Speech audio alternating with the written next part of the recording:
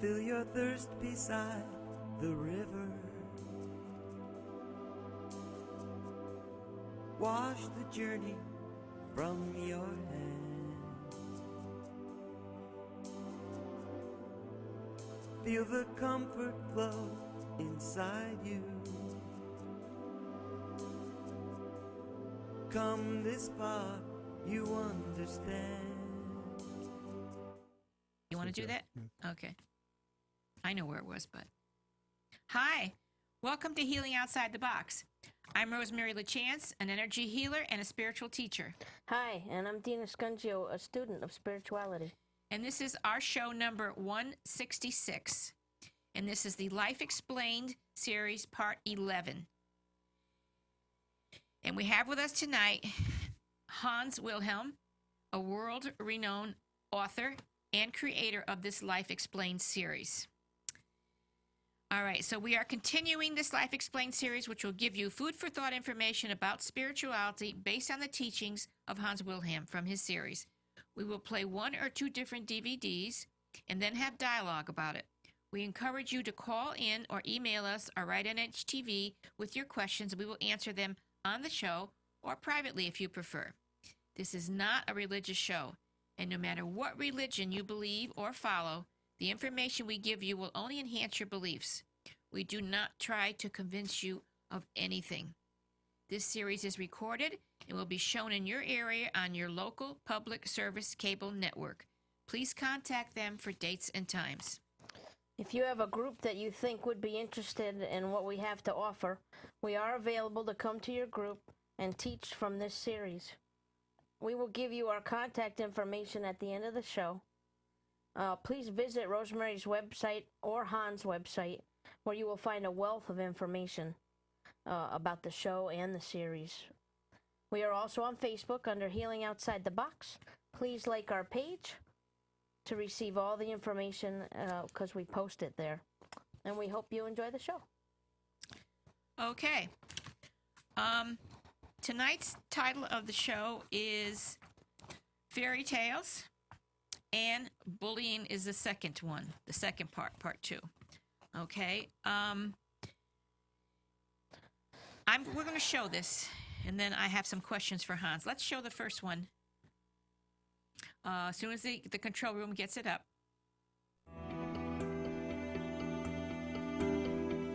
Hi, I'm Hans Wilhelm.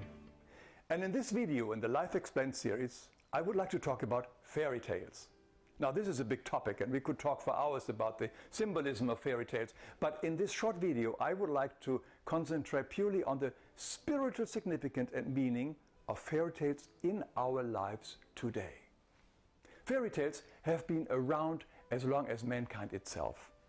In all cultures, people have shared stories from generation to generation. It was only 300 years ago when Charles Perrault for the first time collected some of these stories and wrote them down for children at the time of Louis XIV. Now, we often think of the Grimm's brothers when we think of fairy tales, but they wrote down their collection 100 years later.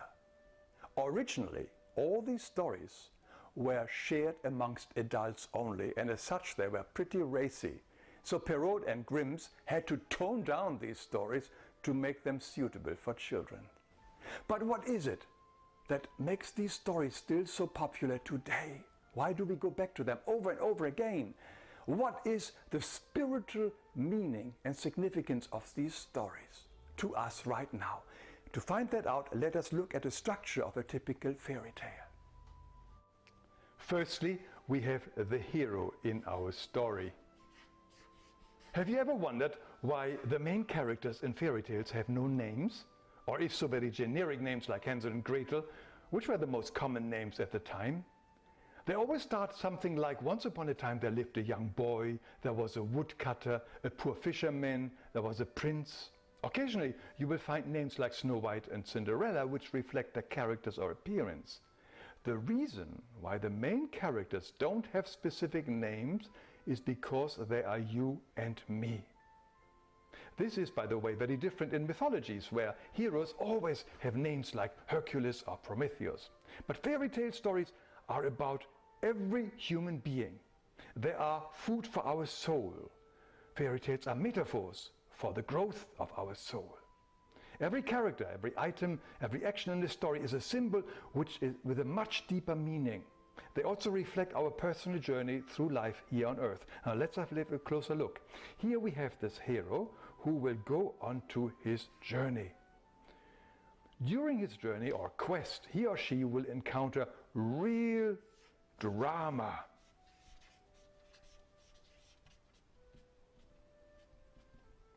Often horrific drama.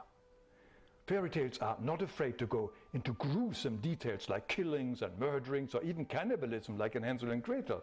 The hero will encounter them all, and in the end, he will not only prevail, but will become stronger and wiser because of these challenges. Spiritually speaking, he will raise his vibration to a much higher level, which will bring him closer to a happy ending.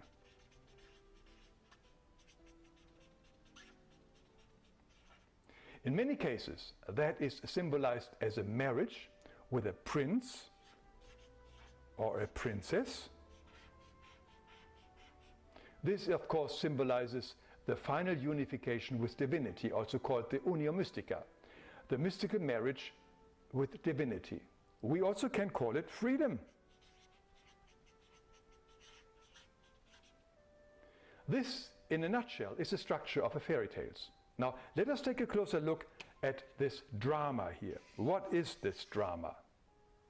It is nothing but the karmic effect of causes that we have set in this or previous lifetimes coming back to us. Our present is a result of our past thoughts, words and actions coming back to us now. Not as punishment, there is no punishment in the whole universe, but as a learning opportunity to see how our words, thoughts and actions have impacted others. It is an ingenious tool for learning and growing and waking up to the one who we truly are. Everything is arranged for the benefit of the hero, even if it never looks that way when facing witches, devils and giants and other dangers. But everything happens for the hero and not to the hero. It's a painful process that we have to go through to become who we truly are. We can compare it with a raw diamond, which needs the painful and cruel work of the cutter, the grinder and the polisher to bring out the dazzling beauty in the end. This, by the way, is also what the alchemists hoped to achieve when they tried to turn lead into gold. By the way, many alchemists believed that fairy tales contained the secret formula to change an element of lesser value into precious gold. Now, for us to turn into gold, we often require also the burning away of all impurities, of all that binds us and keeps us in a low vibration. Our personal dramas are the way of purification. Furthermore, by overcoming all these challenges, we become more courageous and learn to take charge of our life. Again, that is often shown in the fairy tales when the hero finally takes charge and turns his life around. We see this in the Bremen town musicians chasing away the robbers or Gretel pushing the witch into the oven.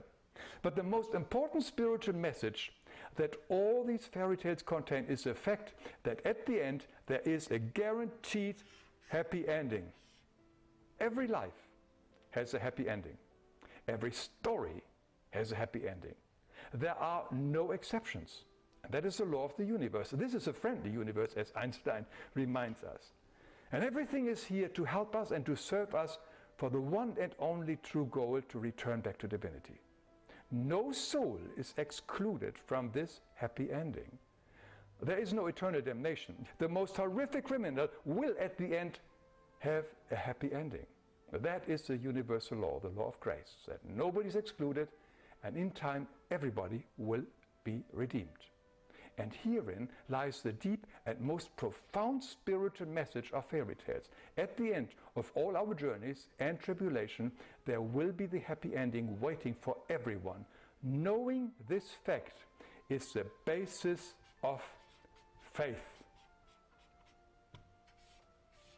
Faith is knowing that everything that happens to me is the best thing that can ever happen to me. We don't need to understand it or even like it.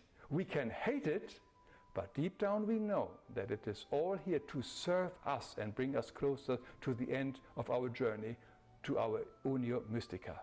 And in the end, becoming that king through the mystical marriage means that we are now the ruler, and we are no longer ruled by our passions, errors, and mistakes of the past, also called karma. We are free. Everything happens for us and not to us. Now, you may say that lives of many people don't seem to be very overwhelming and without any signs of any happy ending. They seem to be in a horrific drama and no hope inside. We have to remember that our book of life consists of many, many chapters. And every lifetime can be compared with one of these chapters. And the chapters themselves can be truly horrific and sad and evil, but they are not the total story. The total story will have a guaranteed happy ending waiting for us.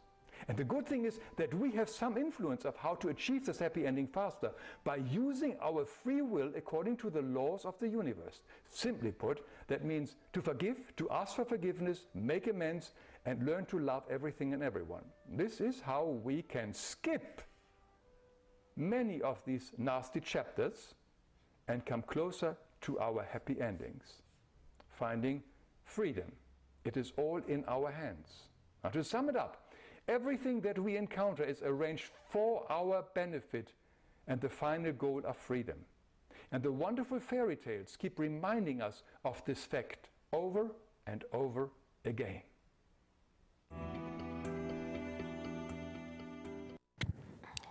Well, that was very interesting. I would have never wouldn't have made the analogy between fairy tales and life, but you're absolutely true.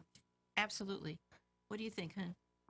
I think it was interesting. I'm trying to think back on all the fairy tales that I watched when I was a kid and went through them, and I wondered if the villains that get happy endings, because it never seems like they do. Yeah. But I know you said in time they do.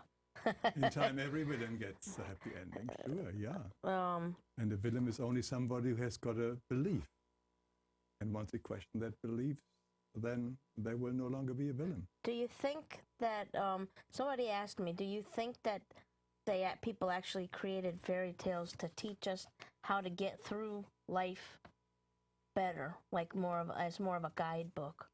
I think like all storytelling, it started in a way for us to understand life and to cope with life. And that's how these stories somehow evolved over time to give some meaning and understanding and rhythm. And as you know, these fairy tales were never supposed to be for children. They were always told amongst adults in the evening and so on. That's why they had to be toned down. There's a lot of things going on in the original fairy tales which we couldn't even say on television. I want to see the original fairy tales. You can read them. But so it was for adults originally. But the consciousness of children has now grown so much over the last number of years and centuries, so that the children are quite able to grasp the deeper meaning of the fairy tale.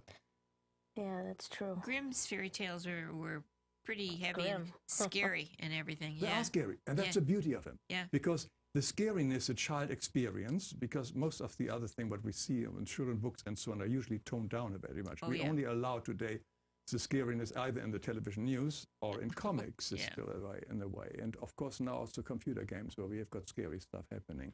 But it's a way for the child to really deal with their emotions. I mean, a child growing up that gets so frustrated with things, etc., and doesn't understand anything. It's crazy and angry at that moment and whatever, and nowhere to let it out, and no understanding why. It reads this fairy tale and suddenly sees a mother-in-law, whatever, the stepmother, whatever, doing awful things, etc. And somehow this whole pent-up emotion gets channeled through a story and released. And that's why it's so revealing, because in the fairy tales, there is always order in it in the end. There's always, in the way, they always find, it looks like punishment in a way that the bad guy eventually loses, the good guy wins. But of course, there is no punishment in life. But that's sort of a karma. And that's sort of a very satisfying element, which we have in the fairy tales. Now, if we take ordinary stories, they don't always have the happy ending. And that's why fairy tales are so wonderful, that they have this happy ending in the end. so that you can finally take a deep breath and it's all over.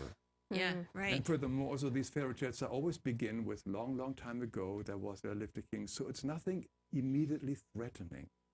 Yeah, That's right. very important, because a lot of the That's horror true. movies which we watch today and so on, it's just like an apartment next door and somebody gets slaughtered there and so on.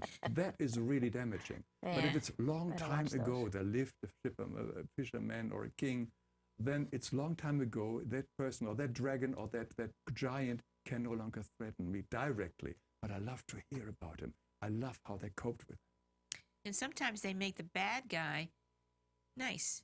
You kind of like him. The dragon is, sometimes the dragons are not so bad. Sometimes they wise people will Right. make them not so bad, or show a redeeming side or something. Animals usually have the positive side in the Yeah. fairy tales. It's usually the humans which are not. Right. But the animals are usually very often the helpers. They help the hero to move on and so on, etc. And they are usually the good elements, sort of, which we have in our life too. We have got all the nature spirits, the animals, the trees, and everything, and etc., which help us also through life. Without the trees, without the animals, without the rocks, and so on, we wouldn't be able to exist. No. And they are supporting our life. They really we need are. them; they don't need us. Right, exactly. You're right. So in the fairy tale, I think this comes out very clearly, that nature is there to be sort of... It is, because nature talks to them, the trees talk to them, the Sure. flowers talk to them, As the a child, animals it's talk to absolutely them. normal. Yeah. A child speaks to its toy. It's normal, a dialogue with a toy. So for a child to hear that the bird is speaking or the fish is speaking and so on, it's absolutely normal. Mm-hmm. The adults find it a bit far-fetched at times. But from a child perspective, it is absolutely life. Yeah, I know. Oh, I remember my teddy bear that stayed with me all the time. Mm-hmm. He was alive to me. Yeah. Well, I had tons of stuffed animals that were all around me on the bed. They were completely all around me, and she used to be like, "What? Why? Why are there so many stuffed Protecting animals?" you, right? Yeah, well, yeah, they were protecting me. But I don't know. I haven't. Everyone I've talked to, I've asked them if they ever had the fear of something under the bed at night. And everyone that I've talked Yeah, to we has have. always had the monster under the bed fear when they were a Don't kid. hang your hand Yeah. off the side of the bed. Something might be down there and grab it. Oh, yeah. Yeah. True. Yeah. It's, They, I think that sometimes too the cartoons, like say take Cinderella for instance, the way that the stepmom treated her, different from her own kids. I think that the takeaway is like, I mean, I learned from that I would never treat somebody like that, and I think that it's a learning thing Yeah. for the children to say, but not everybody feels that way. Not everybody feel. And I remember you were saying in one of your videos that sometimes oh, that's for the next video. We'll talk about that with the next video. But Yeah, these are example. In a way, they are example. But without teaching, you must do like this. You tell a story. It's very different. It says you must not always respect your brother and sisters. That's awful. Kids don't want to be taught like this. But if you tell a story, as would happen to someone else, it's a totally different way. You're not talking down to the child. You're sharing something which happened a long, long time ago. And they take from it whatever they need. It may not be that at all. They take something totally different, which you didn't expect, which is at the moment their emotional kind of turmoil, where they need sort of order in it. Because fairy tales are food for the soul. They feed our soul. Because they are neutral. They are really having all the emotions which we are having going through our daily lives and so on. And they are coming back in symbols. And every symbol means something. I mean, if you take the simple story of Sleeping Beauty, that whole story is basically only a young girl coming of age. It's about menstruation, basically. I mean, she picks her finger the first time, blood, she faints, and her father, of course, refuses to let her grow up, burns all the spindles, and so on, etc. And there are so many stories in it. And of course, there are the 13, the 12 plates, and the 13 wise women. The 13th one is the witch. Of course, this is the monthly cycle. We've got the 12 months, but we have got 28-hour days cycle. The 13th moon cycle is basically what people call the curse, if you may want to see that. That's where the witch comes in. So the whole story, but it is not mentioned anyway directly. And in the end, she falls asleep until the right person comes at the time after 100 years that where she is ready to see him. So which also basically says the sexuality, you have to be ready for sexuality. and so on. The whole story, starting even with the frog. The frog is a symbol of sexuality, speaking to the mother that she will one day have a child and so on. So there is so much in these fairy tales, and you can take every fairy tale and you find something in it, but everybody takes something different from it. Wow. I certainly didn't take that from it. No, I think people will never look at fairy tales the same again. Yeah, that's interesting. I gave a talk in a school once, and one of the teachers was very upset that I would think Sleeping Beauty is about coming of age of a girl. Wow. But it's all about it. It's very obvious. Every symbol there's very obvious. Now I'm going to have to watch it again. No, Walt Disney toned it down, but look basically at it, still the read it. same, yes. Wow. Would you recommend any special books that have a good collection of fairy tales? Or take any of the original, as original as possible. The best thing for fairy tales is, if you remember someone, if you tell to a child, if you remember them, tell them the story. Don't necessarily read them if you still remember the story, because you will make it just right for the child automatically. And the other thing is to read them. I do not like fairy tales to be illustrated. I gave a talk once in Florida, and I said about that I would really like the stories to be read to children, because I remember when I grew up at school, I still remember today where I sat and so on at school when the teacher was reading certain stories. But at that time, we didn't have illustrated books. So I had to make it up in my mind, because the prince in my mind is me. And the devil, or whatever it is, the bad, whatever it is the horrible person, or the witch are sort of my personal devils and witches. And an illustrator can bring something up which is not necessarily yours. And so this one woman said to me, yes, when she was growing up, the teacher was reading a story like Cinderella and so on. And at the end, she picked up the book and showed them the picture. And the girl says, oh, I realized I was all wrong. Oh, you see, this can happen. Yeah, that's true. See, I never thought of it like that. That's true. Using your imagination. They are so powerful. They do not need illustrations. You cannot illustrate the witch or the dragon or the evil person or the monster as much as your own monsters in your mind. And that's a very personal thing. You're right. So let the story evolve by just listening to it without showing it. Walt Disney did a great job. I love his work. Yeah. But of course, he killed the imagination by reading it. And you see it as a wonderful story, but you do not internalize it. And when you listen to the story, you internalize it. It's very different. Mm-hmm. His stories are for entertainment, and they are wonderful. But they are not really for internalization. For that, you really need the story, and you have to deal with your own monster, your own princess, your own king, and your own wedding, or whatever comes up. That's true. Yeah, that's interesting. Yeah.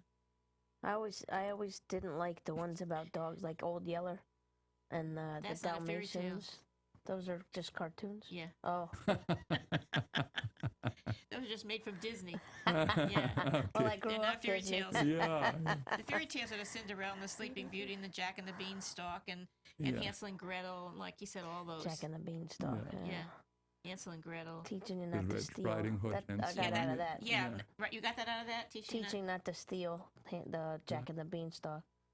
Yeah, I always thought it wasn't right that they went up there and stole from the giant. Good. Even though he was, he had the right to get upset. They were stealing from him, So I got that from that, So everybody gets something different from it. Yeah. I had this sense of fairness and decency, and I thought, that's the richness of the fairy tale. You read the story to lots of kids, and every kid would have something different, why they're very interesting and what they like about it. And when you give it to kids in this class, for instance, you tell the story and then let them draw whatever they want to draw from that story. Good, Use their own monster, whatever it is. So then they redigest it again. It's very helpful. That's true. Wonder, the whole Hansel and Gretel thing about her wanting to cook the children and all that stuff. Was there something behind that? Because I never really got that. And I stopped reading Grimm because I thought, that's kind of scary. It is gruesome. Yeah, it is gruesome. But this is what the children do in the first place. They go in the what are children at the Middle Ages where they basically eat their parents out of the house because they eat. So they have to get basically the parents says, this is enough, they eat too much. Get rid of them. So of course the mother says that. The father is too weak. The father doesn't reject. They actually go off and so on. So the first thing is they sort of eat literally the house of the witch. And then it was made of something of goodies, sweet treats. But in the end, then the witch wants to eat them. Right. So it just all comes a circle, etc., and then they get free and then can return. Wow. But but you can read in it what you like. What does it mean to you to see somebody eating a house or eating the witch eating them? What does it symbolize to you? That's very personal. And all these interpretations of fairy tales very helpful for guidance and so on if you study them. But still, in the end, what is your own? It's the same with dream interpretation. I can't help you with dream interpretation. You only, the dreamer, can really truly interpret your dream. And the same is with fairy tales. Oh. Yeah, right. I know Cinderella. I was Cinderella. Yeah. The fairy godmother was like an angel, a guardian angel. Right. You know. Right. Yeah, that's true. Oh, I was thinking what I took away from that was that adults have kids are powerless against adults. That's what I took away from that. Yeah, that's why we have the giants in these stories. This is what the big giants are basically symbolizing. That the giants are basically adults from the perspective of a child and so on. Yeah, they're powerless. But in the end, the little one, it's always a little, a tailor or whatever it is, usually very small, very weak or whatever, but he's clever. He gets around it. So yeah. he uses some other energy. This is what I mean. Eventually, courage or some daring things and so on, eventually the hero has to do to get out of his system, out of his problem. He has to do something. And even the small guy, Jack Thumb or whatever, there's a lot of these little stories. They in the end always win as well. Thumbelina, Yeah, Thumbelina and so on. And in Cinderella, the animals, the mice and the animal things you wouldn't think, they help them. They help her. So like more little guardians, knowing that somebody's going to help you. Is that You're a not gonna fairy be tale alone. or is that just a Disney Cinderella? cartoon? No, Cinderella is a fairy tale. It is a fairy tale. Written by a Frenchman.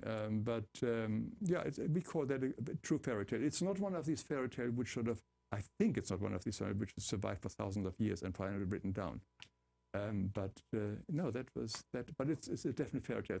Now, Hans Christian Andersen's stories are also often regarded as fairy tales, but not all of them are. Oh. Because some of them, like the Tin Soldier and the Little I Matron, love the Tin Soldier. they don't have a happy ending.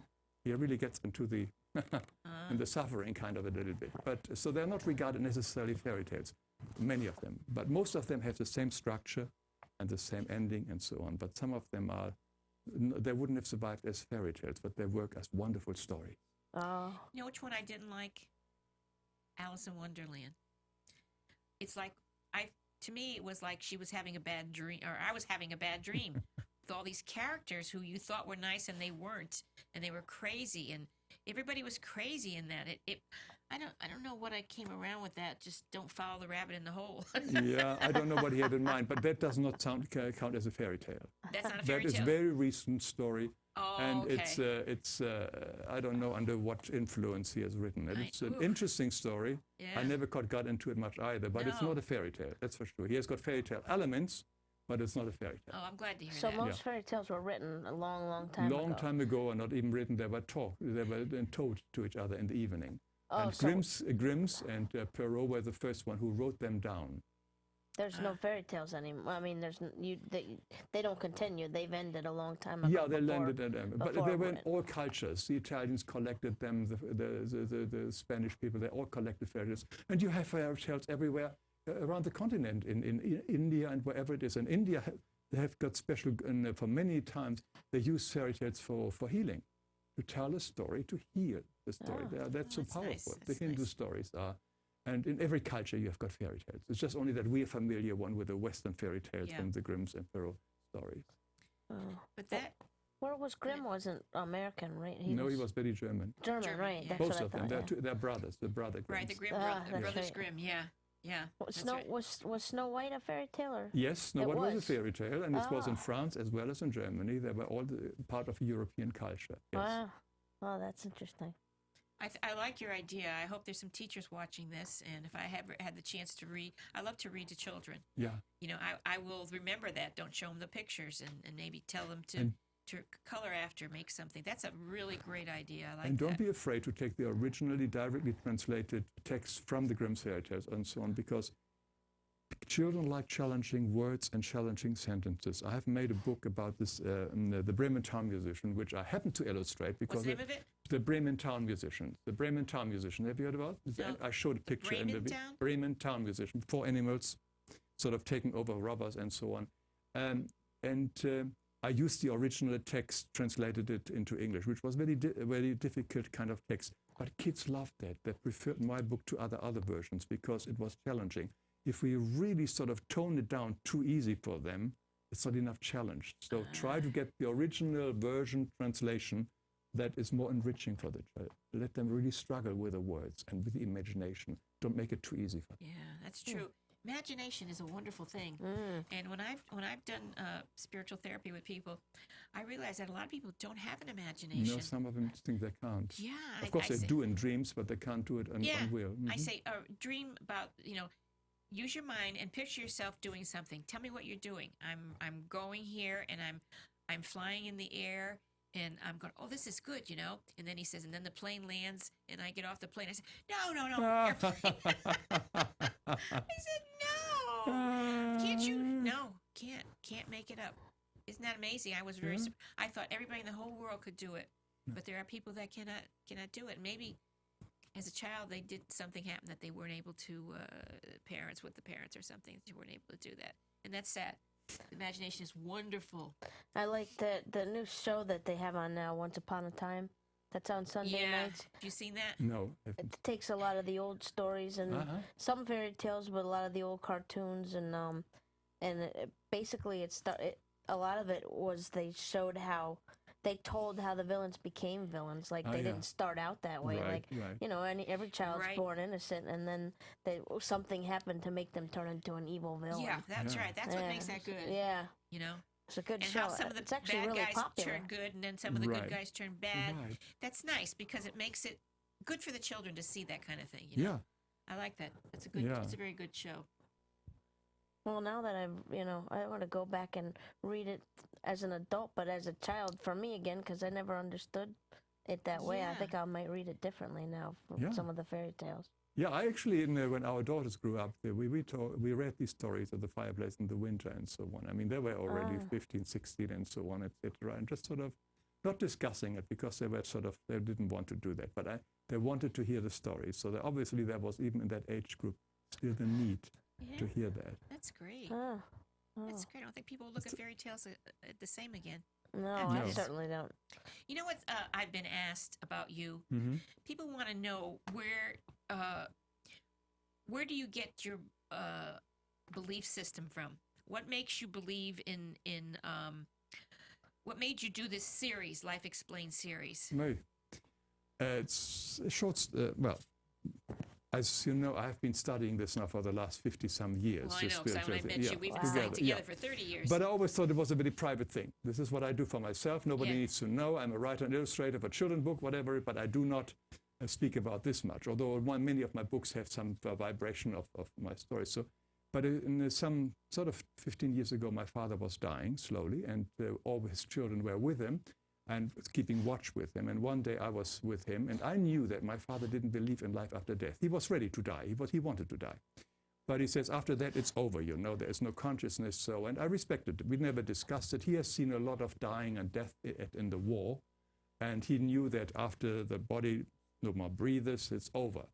So I said to him, he couldn't speak anymore, but he could listen. So I told him, I respect what you believe, but just in case, after you die or leave this body, my life may continue, let me tell you what I believe may take place, what your soul will go through. So I told him what I think will happen in the moment of death and how we will continue.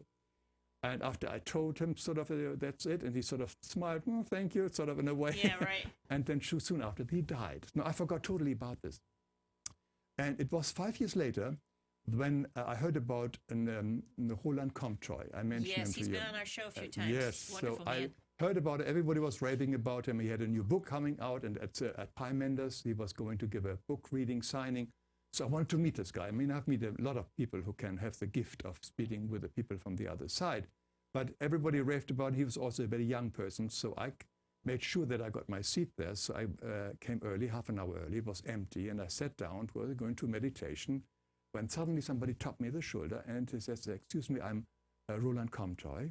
I saw you coming in here. The moment you come in, your father rushed up to me and said, you must speak to him. You must tell him to thank him for what I told him before he died, because everything what I told him was true. And he says, and he sees a lot of souls arriving on the other side, very confused, not knowing what's happening. Would I please consider to speak about this, to write about this? I think he said make books about this subject. And I was totally surprised. I mean, a lot of other stuff he said about which only my father and I knew, and I was totally blown away and very moved by this. And that's the last thing I expected. I didn't expect even my father coming through. I mean, that chapter was closed. You would never think it. No, I didn't even think about it. So anyway, so I thought about it on the way home and says, look, there are a lot of new age books out there, and it's a very competitive market. It's very, very difficult. And it says, if I really wanted to reach people today, I think young people particularly, they only go today to YouTube. They just only do television, the computer. So I said, the only way I can reach them is actually with very short videos. And I decided I'd try that out, because I can draw, I can explain it, and I said, let's do that and see how this goes. And I had fun doing the first few videos, and they became very popular. I've got now thousands of subscribers and hundreds of thousands of viewers and so on. And I don't do anything. I mean, I don't do any promotion. I do nothing. It just grows on its own. And I'm getting letters and emails from all over the world, which are very, very touching and very moving, and people who have been grown up in very rigid belief system like Muslim and so on, and suddenly hear about all these different things. They just sort of break out of their shell. And it's really quite a surprising thing. So that is the reason why I do it. It's just a hobby of mine. I don't get any money for it. I just make it because I feel like I will share the little I know, and I only present it. Says, this is how I believe. If it doesn't work for you, please don't accept it. Right. Put it onto your heart, see whether it makes sense or not. And if not, I have no interest to convert a single person. Right. But if I touch one person only to really maybe make their life a bit easier, it was worth all the effort, all the videos. Sure. So that's what we say on this show. short. Yeah. We don't try to convince anybody of anything. No. And I have had people who have seen this and asked me about the videos and how they can get them and all that. And of course, everybody takes it off on our Facebook page. And I put that up there all the time. So it's a wonderful series. And that's why I wanted to do this and go into a little more depth with it. Yeah, I'm so grateful that you have opportunity to discuss it further, come up with these questions. I've read some of the letters that you've posted from some of your people, and I was like, it was interesting how some people interpret some of the videos that you put out there. Yeah. Very interesting. Yeah. All right, that was interesting. Now we'll go on to our second one, because I have something I want to read too. It has to do with this. The second one is about bullying. We all know that this goes on in all the schools. Parents know it. Children know it. So I hope you enjoy this video.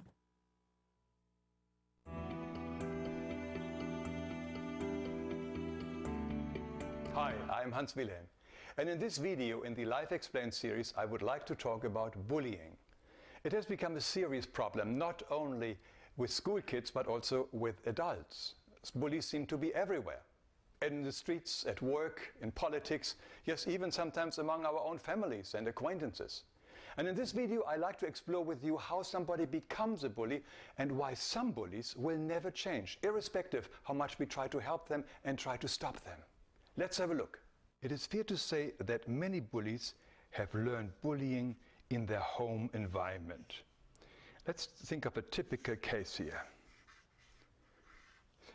It's usually someone in the family who has severe self-worth problems. He or she doesn't think highly of himself or herself. Now, let's assume in our case, it is the father who has major emotional problems that he can be expressed as rage, as anger, feeling of impotence, and so on.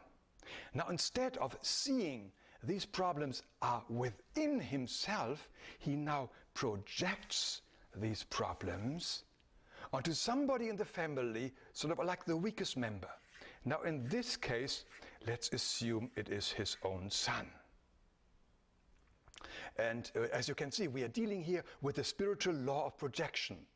I have a special video on this law if you're interested. Whatever the father hates in himself, he now projects onto his son. He now accuses him of being the very things he loathes in himself. He may call him stupid, worthless, idiot, and so on.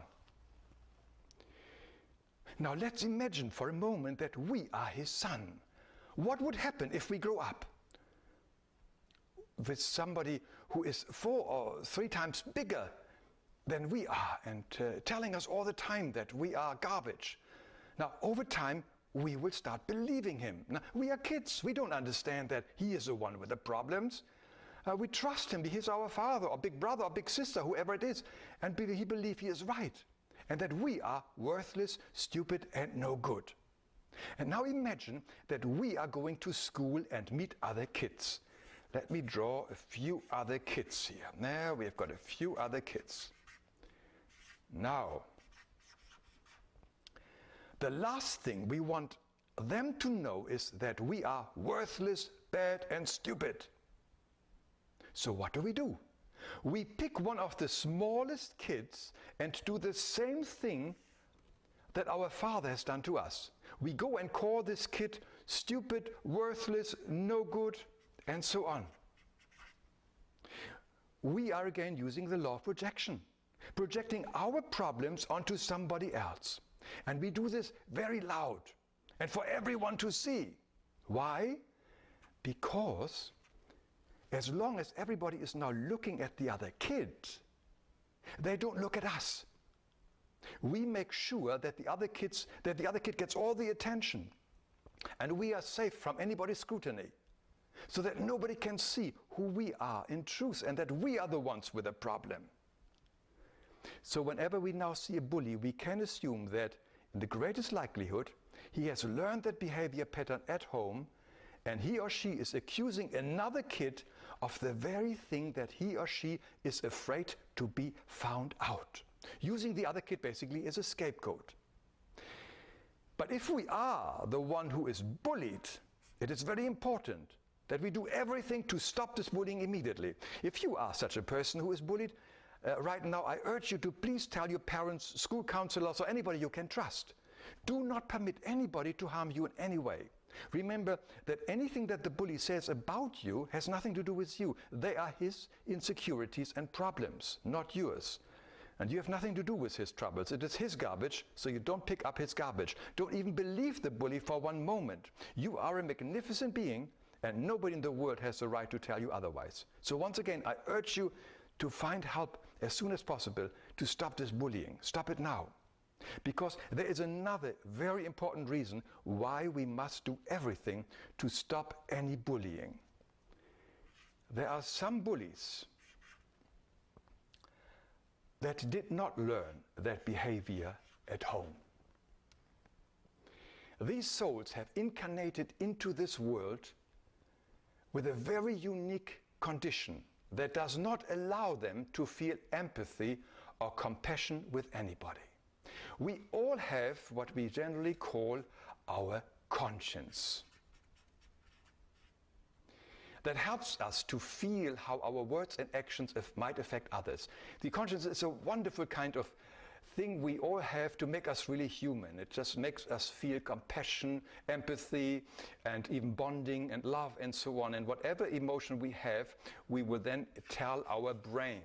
So if we hurt somebody, then our conscience will report to our brain, hey guy, this is not good, you have to stop this. But there is a small group of people where the connection between the conscious and the brain has been cut. They do know what is right and wrong, but they have no emotional attachment to it. They simply cannot feel the pain that others might experience through their action. They get easily bored and use others for their entertainment and amusement. Winning and domineering is their goal, and they make it a conscious choice to be cruel. Now that type of bully is very dangerous, not only in the school playground, but also as adults. It is estimated that they make about 4% of our population here in America. And that is 1 in 25 people. That means that there is 1 in nearly every classroom who has this condition, no connection to his or her conscience. Kind words and logic will not change such a person. Therefore, if you are bullied at school, make sure you don't let such a bully continue pestering you. Get help immediately. And finally, I like to add that whatever happens to us also has a positive aspect, like the famous silver lining of the dark cloud. What could it mean if we are bullied? Maybe this is a wake-up call for us to get out of our comfort zone and do something different. It's time to try out and learn something new. How about some physical exercise that would make us stronger, from dancing to boxing to martial arts like Aikido, to yoga or even meditation? There are a million things we could try.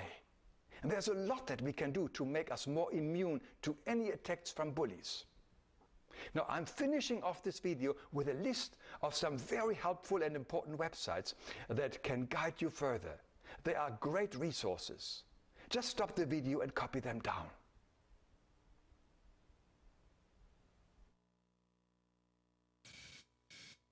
Wow, that is very, very interesting, isn't it? It is. People are born that way, and I couldn't use the word sociopath in this video because kids see this video, and I don't want to give them labels and names. right, good. That's a good idea. But we are talking about a sociopath, and there's very little to virtually nothing we can really successfully do with somebody in our group. When I watch stories like crime stories, cops and robber thing, which I like because they solve it and it's good, and I see people do horrible things to people, and I say to myself, but how could he do that? How could he take what doesn't belong to him? How can he kill that person without even thinking? And that's why, huh? Mm-hmm. Mm-hmm. And is that's like now, is that part of their karma? I can't answer that question. Yeah. I only know that they just have no connection to the It empathy could and be so the on. lower. I don't know exactly the whole story, why they incarnated, for what they have to learn, etc. I cannot answer that. So I just leave it open. I just observe it, that we do have this rather high percentage of people who and we find them in business everywhere, and they do cruel things to each other, and you just don't know why are they doing this, and you just wonder, and you try to change them, and you can't. The best thing always is get out of their way. Yeah, that's Or true. Beat him with a bat. Sorry. Well, we know. Sorry. We know there are. Everybody has their own system to deal with life. If hitting with a bat isn't. It's so bad. Well, I can understand that sometimes you are ready to that. I'm sure there are a lot of people who feel that way. Now imagine you're married to a person like this. Oh my God. To such a horror. There have been people that Well, I can understand the wife eventually taking a bat and says, this is enough. Yeah. Because there is no way with good words, action, or whatever, you can change that person. I know. We know there's low entities, and maybe maybe there are those people who have not learned anything that incarnate like that and act like that. I don't we make don't any know. presumption. Yeah, right. Mm-hmm. Have no idea, but there are things in life sometimes you That can't woman explain on right Facebook that keeps killing animals and then posting the pictures of her with them. Remember that one? now. She's got you keep putting it up there. No, I put it once to get this woman off here or something, Yeah. and that's it. I don't She even want to keeps look at doing it. that. I don't see it anymore. She kills all these gorgeous, beautiful animals and then takes a selfie with them.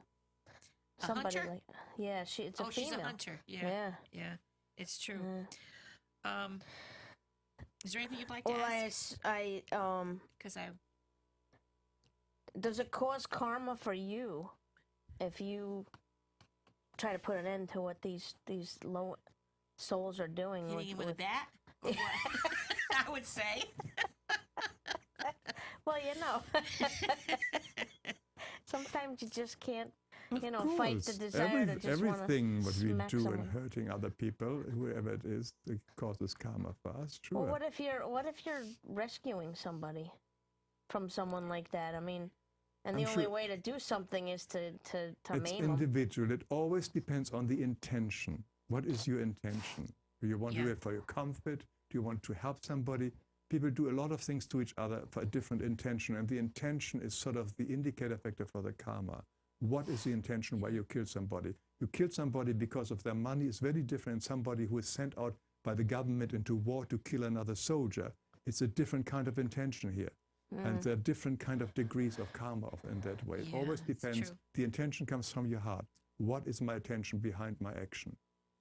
And very often it's an ego attention, and then of course we have a little bit harder karma. But if it's a really out of love and protecting someone else, I'm sure it will be valued differently, but by nobody else but by yourself. There is no God measuring it or something like this. No. You, your higher self, will tell you what your karma will be. You are the only creator of your own karma, and you will see it yourself. Remember I used to tell you about that I used to say when you were thinking about doing something, I said, look at your motivation. What is your motivation? Is it a good motivation or a bad if it's not a good motivation or high, don't do it. Well, I remember when I was younger, I saw a guy, he was, at first I thought he was training his dog, but then he wasn't treating the dog well. And I carry a bat in my car. Everybody that knows me knows I got a bat in my car. It's a little tire bat, but I told him to stop. I said, that you're not training that dog. You're beating that dog. And he started swearing at me, and then he proceeded to smack the dog again. So I ran to my car and I got the bat. And I said, if you hit the dog again, I'm going to hit you with this bat. And he just took the dog and he left, and he didn't say another word. But I mean, if I would have gone through with it, now am I creating karma for myself? Because I'm protecting that dog. But you didn't really. My motivation is he took off with. He still has the dog. I know. Well, he ran. You need to get his license plate He runs number? faster than me. He ran. Oh, Okay. he ran. Yeah. That's a tough situation because the dog is still under his power. Oh, Yeah. I don't want to hear things like that. I know. That's why I never told you. Yeah. Because I wouldn't hear about it for weeks and weeks. But I mean, I worry sometimes too.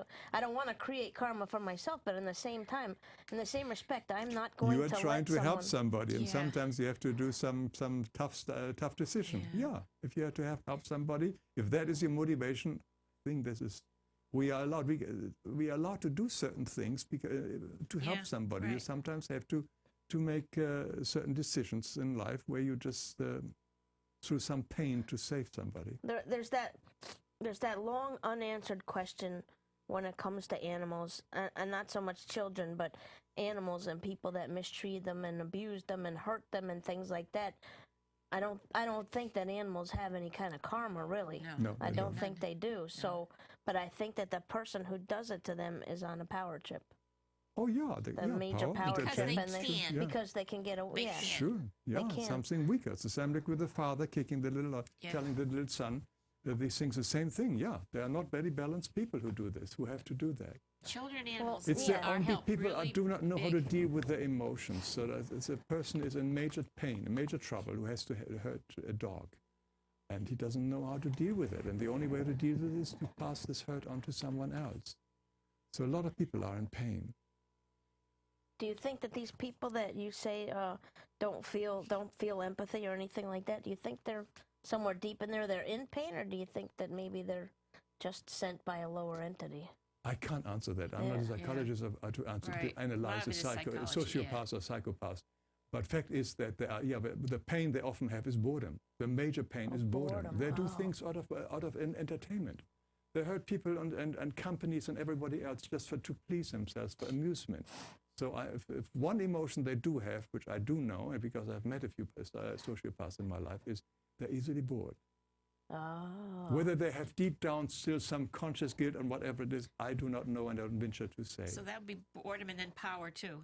Yeah. It gives them power, makes them feel. Yeah, if I can manipulate you to do something silly and so on, etc., and I have got getting my high out of it, my kick out of it.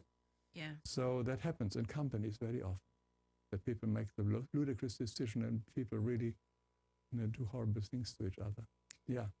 Anyway, that's just, but it's not everybody. It's only a small group, but we must know about that. Some people are just sort of probably cannot be changed, and the best way for us to stay out of their way, get a divorce, really good separate, to know. Yeah. leave them alone, and send them a blessing. They're doing the best they can doing. I'm not judging them. They're doing the best they are able to do. This is their way of life to deal with their life. But it may not be right for us to be in their vicinity.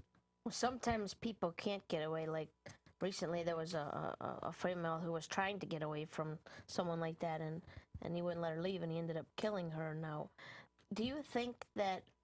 Do you think when we're talking about and when you sign contracts before you come here to go through certain things, do you think that could possibly be a part of that? Sure.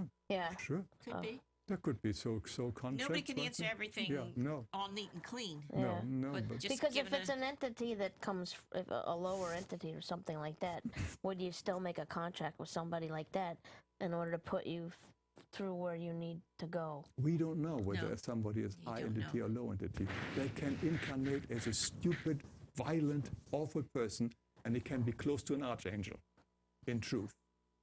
We don't know Right. who the person is who is now incarnated in a certain body and behaves crazy, mad. He can be very highly evolved or very low evolved. We do not know. It's just only a certain an element of him is incarnated here and plays this role, which he decided to play for various reasons. I have to go to my video on reincarnation to get all these things. But so we should never judge, even the sociopaths, that these are low beings. No, we don't know that.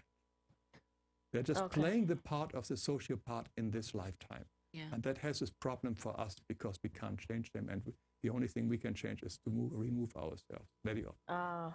Okay. We tend when we have the spiritual knowledge, and the more you've gotten a lot lately, you tend to kind of put people in little categories, and we really can't do that. I do. No. We really Well, can't do that. It's not the right thing because we really don't know the whole story behind everything. You know. I tend to look at the broader picture more now than I did when you know, since we've talked about the whole reincarnation and the karma and all that. I tend to look at things differently, and when I think that like things aren't going my way for a certain reason, at first your natural reaction is to get upset, but then you go back and you realize, well, give it time, because this is probably happening this way for a reason. It may not be happening the way you want it, but in the end, it's happening for a reason, and you'll probably still get there. You just have to be patient that's and what accept that. our first half was about faith. We have the faith that eventually it will have a positive end. And when we have this faith, Fairy we tales, can yeah. go through all these dramas and says, I'm sure there is a good reason. It happens for me, not against me. It's getting easier to Yeah, see it it now gets as easier. time goes on. It needs was a tough, readjustment. It needs a readjustment to understand it.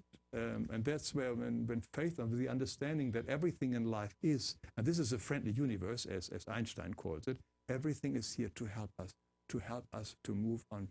And sometimes we have to go through some drama to make the next jump. I think we're all here for the drama. Yeah, people love drama. There's no drama on the This clouds. show is gone so fast. I wanted to read you Oh, it something, but has. I'm not going to have time to read it all. But I wanted to tell people there's a new SUV, Law and Order SUV, Special Victims Units, and it has to do. Last show we did was on accepting homosexuality, and this one on bullying. And this show covers both of them, of a boy who dressed like a girl, and he was proud of what he did, and about another boy who bullied him. And what happened was he ended up falling and hurting himself, and the other boy was very upset about that, and then he ended up dying. And the boy who did it didn't really mean to do that. He was so repentant on it. But what he did, which I believe that happens, he did it because the kid fell on him and he was afraid. And they asked him, what are you afraid of? And he said, I'm afraid that I might be like him. That's the reason why we point the finger to other. Look at her. She is a bad guy, so that nobody looks at me. Yeah. And we see it in television and in politics. Remember when the very right-wing religious and so on speakers, always, whether they're priests or politicians, says anti-gay and how bad it is. And then a month later, you read in the paper that they were caught in some toilet or in some hotel room and so on, because they look at the others, not me. That's what they typically do when they show the finger or point the finger on others to get away the attention from yourself. And this is the same happened to the boy. He didn't want to be sort of seen there because it could be So himself. fear is another reason to bully or to not accept homosexuality. We're going to be running out of time soon, so let's put our information up, and we can get into this on another show. Can you put the information up?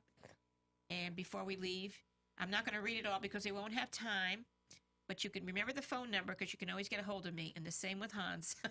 That's 203-627-7966, and Hans 203-222-9341, and the lifeexplainedseries.com. You can find it on Facebook. You can find it on Healing Outside the Box webpage and everything. RosemaryLachance.com. Yeah, lifeexplained.com. Oh, I thought you meant your own stuff. Okay, well, we'll say good night. Oh, my Good God. night. It was so nice. That was a great so show. fast. So It fast. does, isn't it? Oh, it really Thank did. you for joining us. Yeah. Thank you for inviting me. I'm delighted to be here. We love when you come and Oh, yeah. talk with us. This was like so informative. Come this far, you understand.